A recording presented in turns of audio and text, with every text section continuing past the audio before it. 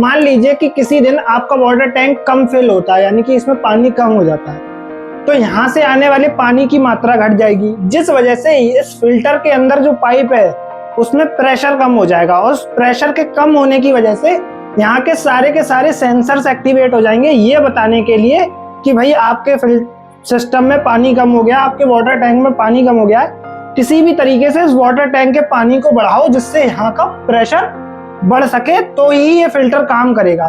तो अब कौन कौन से चीजें होंगी? एक सेंसर पाए जाते हैं, जो आने वाली ट्यूब होती है उसको हम कहते हैं एफरेंट ट्यूब। इस एफरेंट ट्यूब में कुछ सेंसर्स यहाँ पे पाए जाएंगे जो प्रेशर को सेंस करेंगे कि अरे प्रेशर कम हो गया, प्रेशर कम हो गया, प्रेशर बढ़ाओ नहीं तो क्रैश हो जाएगा सिस्टम। दूसरे सेंसर्स कहाँ होंगे?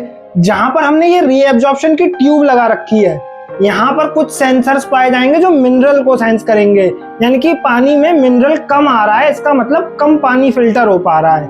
इसको ऐसे समझिए, अगर फिल्ट्रेट कम बनेगा तो उसमें, अगर इसको ऐसे समझिए, अगर मान लीजिए प्रेशर कम होगा तो कम प्रेशर में क्या होगा? फिल्ट्रेट भी कम बनेगा, और कम फिल्ट्रेट बनेगा तो उसके अंदर मिनरल्स भी कैसे होंगे?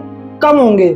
जो पे यहाँ पर लगा हुआ सेंसर उस चीज को पहचान लेगा कि यहाँ पर जो फिल्टर लगे हुए हैं, यानी कि इस फिल्टर से जो आ रहा है फिल्ट्रेट, उसमें जो सॉल्ट है उनका कंसंट्रेशन कैसा है? कम है। इसका अल्टीमेट मतलब हुआ कि फिल्ट्रेट कम बनना है, और इसका मतलब हुआ कि यहाँ पर फिल्टर जो है, इसके अंदर जो पानी आ रहा है उसका प्रेशर कैसा है? कम हो गया है। तो दो मेन सेंसर्स होते हैं जो इस चीज का पता लगाएंगे। अब पता तो लग गया कि प्रेशर कम हो गया, लेकिन दूसरा मेजर टास्क क्या है कि हमें इस प्रेशर को किसी भी तरीके से बढ़ाना है ताकि हमारा फिल्टर डैमेज ना हो।